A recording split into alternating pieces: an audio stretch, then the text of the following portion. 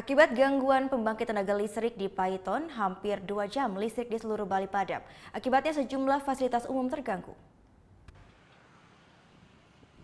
Tampak sejumlah fasilitas umum seperti lampu lalu lintas di Denpasar mengalami gangguan akibat padamnya listrik yang terjadi di seluruh Bali. Sehingga karena hal tersebut sempat membuat antrian kendaraan di persimpangan jalan di kota Denpasar. Namun hal ini tidak berlangsung lama karena segera diatasi oleh pihak kepolisian sehingga tidak sampai terjadi kemacetan arus lalu lintas.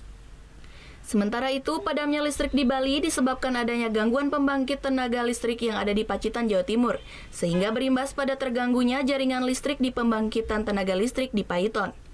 Kondisi ini menyebabkan suplai listrik ke Bali mengalami blackout.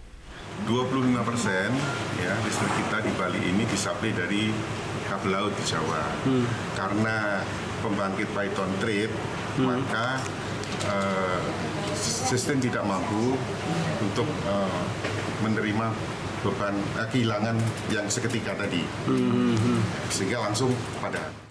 Namun kondisi blackout suplai listrik ini bisa diatasi secara bertahap setelah adanya suplai listrik dari Pulau Jawa ke pembangkit listrik di Celukan Bawang, Buleleng. PLN menjamin suplai listrik di Pulau Bali kembali pulih dalam beberapa jam. Untuk Bali sendiri, 75% sumber listriknya berasal dari pembangkit listrik yang ada di Celukan Bawang, Pemanggon, dan Pesanggan, sedangkan sisanya disuplai dari Pulau Jawa. Surya Sanjaya melaporkan untuk NET.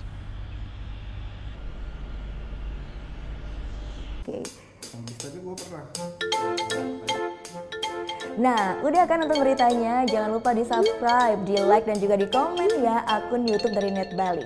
Terima kasih udah subscribe. Yang belum, jangan sampai lupa. Di sebelah sini nih. Mantap,